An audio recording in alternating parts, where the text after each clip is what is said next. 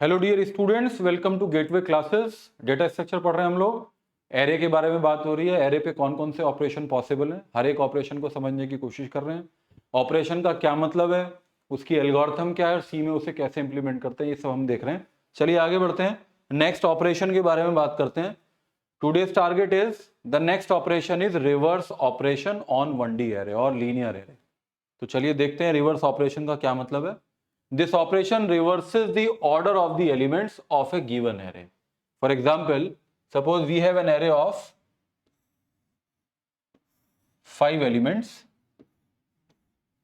from 0 to 4, 1, 2, 3, 4.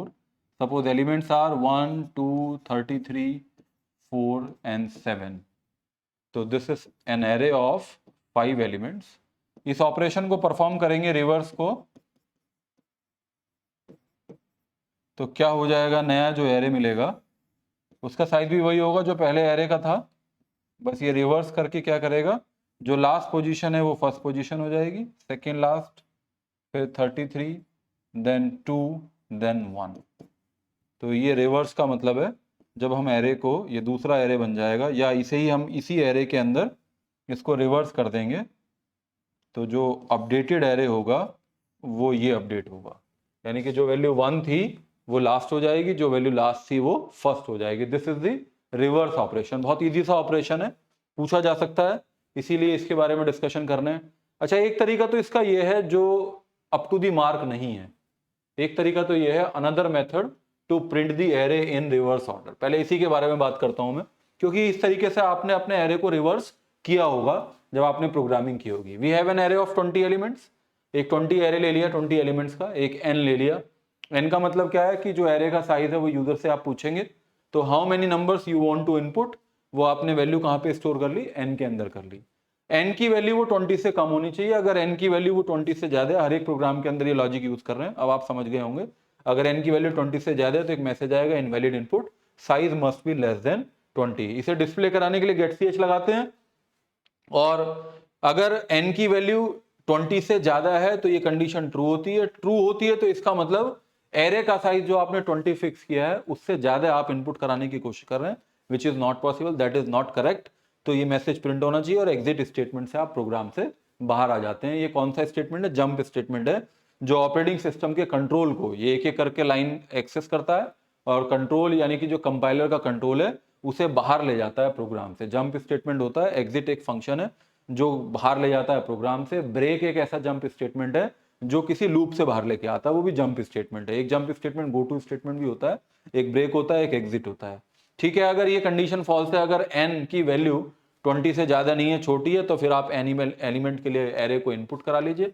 ये AI में input करा लिया आपने, अगर n की वैल्यू 5 है तो 5 के अंदर इनपुट करा लिया। और केवल ये छोटी सी बात है एरे को रिवर्स कराने की। मैं बताऊंगा क्यों ये बिल्कुल अप टू दी मार्क नहीं है, इसको मैं एग्जीक्यूट करके दिखाता हूं। सपोज आपने n की वैल्यू कितनी ले ली, n की वैल्यू आपने 4 ले ली सपोज, और वो एरे जो आपने 4 एलिमेंट का लिया वो ये है 0 1 2 3 0 1 2 3, और आपको 8 9 77 23 ये रिवर्स करना है।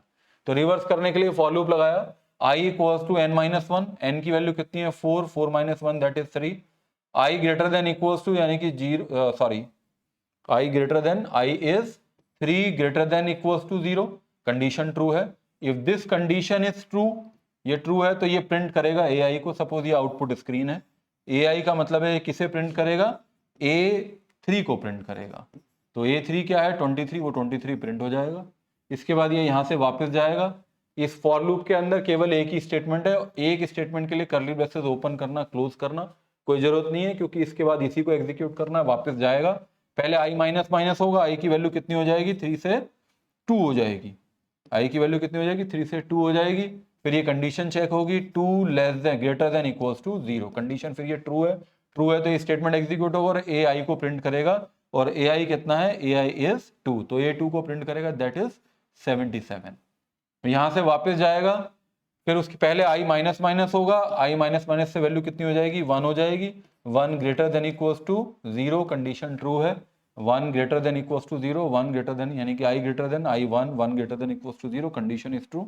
If this is true it will print the value of ai, ai is a 1 की वैल्यू को प्रिंट कराएगा, इट विल प्रिंट 9.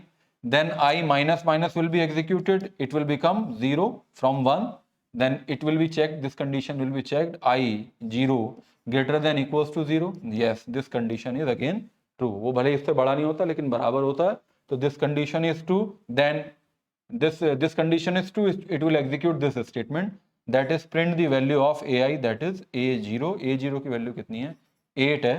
फिर यहाँ से वापस जाएगा, i माइनस माइनस आई की वैल्यू कितनी हो जाएगी, -1 हो जाएगी. फिर ये कंडीशन चेक होगी, -1 ग्रेटर देन इक्वल्स टू 0, ये कंडीशन फॉल्स हो जाएगी. तो आप देख रहे हैं जो आपको चाहिए था मिल गया आपको. एक कह रहा था 8 9 77 23, तो आपको क्या मिला 23 77 9 8. तो आपने कहा रिवर्स हो गया. क्या रिवर्स हो गया, क्या एरे रिवर्स हो गया? नहीं, एरे रिवर्स नहीं हुआ. आपका एरे अगर आप प्रिंट करोगे तो एरे आपको यही मिलेगा. अगर इसके बाद मैंने ये जो यहां इसके बाद अगर मैं एरे को प्रिंट करूंगा तो एरे की वैल्यू क्या मिलेंगी आपको, वही मिलेंगी A3 23 A2. ये प्रिंट हुआ, रिवर्स ऑर्डर में प्रिंट हो गया. लेकिन अगर A0 को प्रिंट करूंगा तो मुझे वही मिलेगा जो है, क्योंकि A0 कितना 8 है, A1 कितना 9 है, A2 77. तो ये बिल्कुल सही है, सही आंसर नहीं है इसका. आपको बहुत जगह रिवर्स करने के केस में आपको ये आंसर मिलेगा कि एरे को रिवर्स कीजिए, लीजिए कर दिया एरे को रिवर्स. ये एरे रिवर्स नहीं है. एरे रिवर्स के लॉजिक कैसे लगाएंगे, चलिए देखते हैं उसे. रिवर्स के लिए लॉजिक ये लगाया है, पहले इसका मेन फंक्शन देख लेते हैं. वही बात है, how many number you want to input, वो n में आ गया. वो 20 से अगर ज्यादा है तो ये कंडीशन पिछले वाले जो लॉजिक में था कि वो उससे छोटा होना चाहिए, अगर वो ज्यादा है तो बाहर आ जाओ. फिर एरे को इनपुट करा लिया, ai के लिए इनपुट करा लिया, फिर रिवर्स फंक्शन को कॉल कर लिया. फंक्शन से बना रहा हूँ, फंक्शन का मॉड्यूल बना रहा हूँ. तो फंक्शन से अगर बनाना है तो इस प्रोग्राम के अंदर 3 स्टेटमेंट होने चाहिए. फंक्शन का प्रोटोटाइप, फंक्शन का कॉल स्टेटमेंट और फंक्शन का डेफिनेशन. प्रोटोटाइप बेसिकली मेन से पहले लिखते हैं, कॉल मेन फंक्शन के अंदर करते हैं, और जो ऑपरेशन आपको एग्जीक्यूट करना है उसे आप फंक्शन डेफिनेशन में लिखते हैं, और वो कहाँ लिखते हैं, मेन से अलग लिखते हैं. लेकिन अगर वो पहले ही फंक्शन डेफिनेशन लिख लेते हैं तब फंक्शन प्रोटोटाइप लिखने की जरूरत नहीं होती है.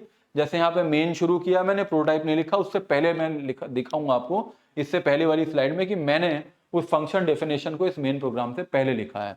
तो ये क्या है, ये फंक्शन कॉल स्टेटमेंट है. इसे मैं लिख देता हूं यहाँ पे कमेंट. इस लाइन का मतलब क्या है, फंक्शन कॉल टू फंक्शन, क्या नाम है, रिवर्स. रिवर्स फंक्शन की फंक्शन कॉल है ये बंद कर दिया मैंने इसको. तो इसमें आपने 2 आर्ग्यूमेंट पास किए, एक तो एरे पास किया और वो कितने एलिमेंट का है वो पास किया है. जैसे ये फंक्शन कॉल होगा, ऑपरेटिंग सिस्टम का कंट्रोल, कंपाइलर का कंट्रोल, जो आप कंपाइलेशन करता हुआ आ रहा था, यहां से कहां पहुंच जाएगा, फंक्शन डेफिनेशन पे पहुंच जाएगा. ये फंक्शन की डेफिनेशन है. फंक्शन डेफिनेशन की पहली लाइन को क्या बोलते हैं, फंक्शन डेफिनेशन की पहली लाइन को बोलते हैं फंक्शन हेडर. तो बात तो ये सही है, वो कहां आ जाता है, वो फंक्शन हेडर पे आ जाता है. फंक्शन हेडर पे आ जाता है. ये पहली लाइन जो है, this is known as function header. और जब वहां से फंक्शन कॉल होगा और वो जो कंट्रोल वहां से शिफ्ट होगा तो a की वैल्यू यहाँ पे आ जाएगी, यानी कि एड्रेस यहाँ आ जाएगा, और n की वैल्यू यहाँ आ जाएगी. सपोज आपने एक एरे लिया, सपोज n की वैल्यू आपने कितनी ली, n की वैल्यू सपोज आपने 4 ले ली, और n की वैल्यू 4 लेने से तो एरे आपने सपोज क्या इनपुट किया, आपने इनपुट किया 11 22 1 और 90. ये वैल्यू 0 1 2 3, ये एरे हो गया आपका, जिसे आपको रिवर्स करना है, विच इज ऑफ 4 एलिमेंट. तो कैसे रिवर्स करना है, n की वैल्यू आ गई, एरे आया, एक वेरिएबल i लिया, j की वैल्यू n-1 कर दिया, j एक वेरिएबल लिया, उसे n-1 करके कितना कर लिया, 3 कर दिया. टेम्प एक वेरिएबल ले लिया, फॉर लूप चलेगा. अब ये i इक्वल्स टू 0 कर दिया, i equals to 0, i less than n/2, 0 less than n कितना है 4 है, बाई 2 कितना है, 0 लेस देन 4/2 इज 2, 4/2 इज 2. तो ये 0 less than 2, yes, condition true है. If this condition is true, it will execute this number of statements which is written pair of curly braces. यहां से शुरू होता है, यहां पे खत्म होता है. ये वाला curly braces यहां से शुरू होता है, यहां खत्म होता है. ये आपका लूप है. तो temporary equals to a of i, temporary equals to a of i. a of i का मतलब क्या है, a of 0. a of 0 का मतलब क्या है, 11. ai equals to aj, a of i is, that is a0 equals to a of j. a of j means j की value कितनी है, 3 है, तो a0 में कितना आ जाए, 3 आ जाए, that is 90. Then this statement will be executed a j equals to temp, a j means j की वैल्यू कितनी है 3 इक्वल्स टू टेम्प में कितना आ गया था 11 आ गया था।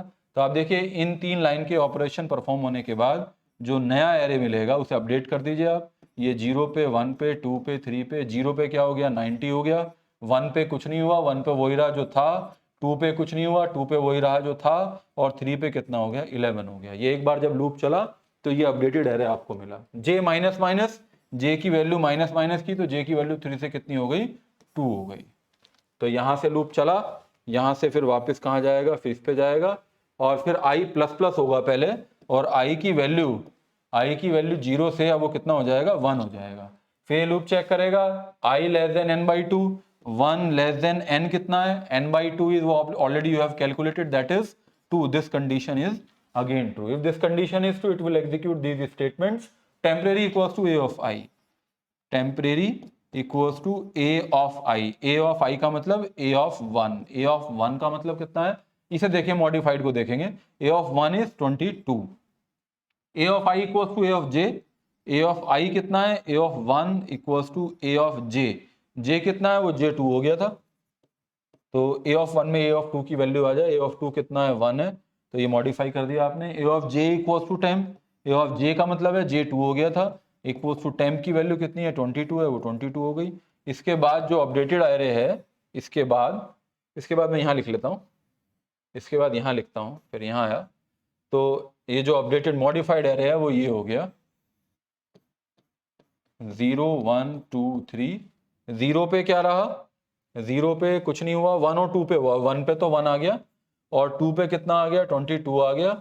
इसके बाद जो पहले था 0 पे 90 रहा, और 1 पे 3 पे कितना हो गया 11 हो गया। ठीक है, तो इसके बाद फिर j माइनस माइनस होगा, j की वैल्यू कितनी हो गई, j की वैल्यू जो 2 से कितनी हो गई 1 हो गई। फिर यहां से वापस जाएंगे, i प्लस प्लस होगा, i की वैल्यू कितनी हो गई, i की वैल्यू 1 से 2 हो गई। फिर ये कंडीशन चेक होगी i less than n by two, i less than n by two is i की वैल्यू है 2, n बाई टू कितना था, n बाई टू हमने कैलकुलेट कर लिया that is 2, 2 less than 2 false हो गया, ये कंडीशन फॉल्स हो गई। इस लूप से बाहर आ गया, इस लूप से यहाँ बाहर आ गया, और यहाँ पे क्या करली ब्रेसेस क्लोज है इस फंक्शन का। तो देख लीजिए last modified area that is reverse, 11 कहाँ हो गया, जो पहला था वो लास्ट हो गया, फिर 22 इधर पहुंच गया, फिर 1 इधर आ गया, फिर 90 इधर आ गया। This is the reverse array. वहां पे रिवर्स नहीं हुआ था एरे, वहां पे आपने एरे के एलिमेंट को रिवर्स डायरेक्शन के अंदर प्रिंट किया था, एरे वही था। यहां पे इस लॉजिक से आपने क्या यूज किया, आपने इस लॉजिक को इंप्लीमेंट करके एरे जो था उसे मॉडिफाई कर दिया। अब अगर एरे को प्रिंट कराएंगे तो आपको 0 को प्रिंट करेंगे तो 90 मिलेगा। पहले A0 क्या था 11 था, अब A0 को प्रिंट करेंगे तो 90 होगा। पहले A1 क्या था 22 था, अब A1 को प्रिंट करेंगे तो 1 होगा। यानी कि इसके एलिमेंट बिल्कुल रिवर्स ऑर्डर के अंदर एरे को उसने दोबारा से मॉडिफाई कर दिया। तो this operation is known as reverse of an array of 1D array. ठीक है, तो एल्गोरिथम भी देख लीजिए इसका। यहां से फिर वापस आएगा, यहां से वापस आएगा तो कहां पहुंचेगा, जहां से ये कॉल हुआ था, और कॉल के आगे क्या लिखा है, printf after reverse array is as follows. Loop चला दिया आपने 0 से लेके n तक, और ai को प्रिंट कर दिया। तो जब ai को प्रिंट करेंगे तो you will get the reverse array in reverse order. Algorithm देख लीजिए, ये एल्गोरिथम है। दिस एल्गोरिथम में 2 आर्ग्यूमेंट है, एक तो एरे है, एक n एलिमेंट का है वो। This algorithm is used to reverse an array a of n elements. Start j equals to n minus 1, logic से ही देखा है मैंने। ये j सबसे पहले i लेते हैं, वो होना चाहिए, j equals to n minus 1 ले लिया, तो मैंने लिख दिया j equals to n minus 1। उसके बाद repeat step 4 to 8 for i equals to 0 to n by 2, i less than n by 2, ये मैंने कन्वर्ट कर लिया। उसके अंदर लिख दिया मैंने कब तक करना है, 0 से n बाई 2 तक करना है, 0 से n बाई 2 तक करना है। सबसे पहले temporary equals to a of i करते हैं, temporary ai equals to aj, ai equals to aj, और aj इक्वल्स टू टेम्प। उसके बाद क्या करते हैं, aj इक्वल्स टू टेम्प करते हैं, फिर j में डिक्रीमेंट करते हैं, फिर j equals to j minus 1 कर लिया, फिर उसके बाद i equals to i plus 1 करते हैं। वापिस जाता है, वापिस जब जाता है, जब ये वापस जाता है j माइनस माइनस करके, तो पहले क्या करता है i प्लस प्लस करता है। तो इस तरीके से लूप चलता रहेगा, फिर end of step 3 loop stop. तो एल्गोरिथम को देख लिया आपने, बहुत आसान है लिखना, एक बार लॉजिक आपको मालूम है। तो एक लॉजिक लगा के हमने एक एरे को रिवर्स ऑर्डर के अंदर दोबारा से एक एरे को क्रिएट किया, ठीक है। तो एक ऑपरेशन था रिवर्स। उम्मीद है मुझे आपको ये समझ में आया होगा, क्योंकि जब आप इससे पहले मर्ज आपने किया था वो इससे थोड़ा लॉजिक बड़ा था, इससे पहले और भी ऑपरेशन किए आपने, तो उसके कंपैरिजन में छोटा सा लॉजिक था। और नेक्स्ट लेक्चर में हम पढ़ेंगे, दोनों एक साथ कर लेंगे नेक्स्ट लेक्चर में, कि कॉपी कैसे करते हैं और स्वैप ऑपरेशन कैसे परफॉर्म करते हैं। ये दो ही ऑपरेशन और बचे हैं 1D एरे के ऊपर, फिर हम इसके बाद 2D एरे के बारे में डिस्कशन करना शुरू करेंगे। तो चलिए मिलते हैं नेक्स्ट लेक्चर में, और एरे में कॉपी कैसे करते हैं, स्वैप कैसे करते हैं, इसे डिस्कस करेंगे। Thank you very much.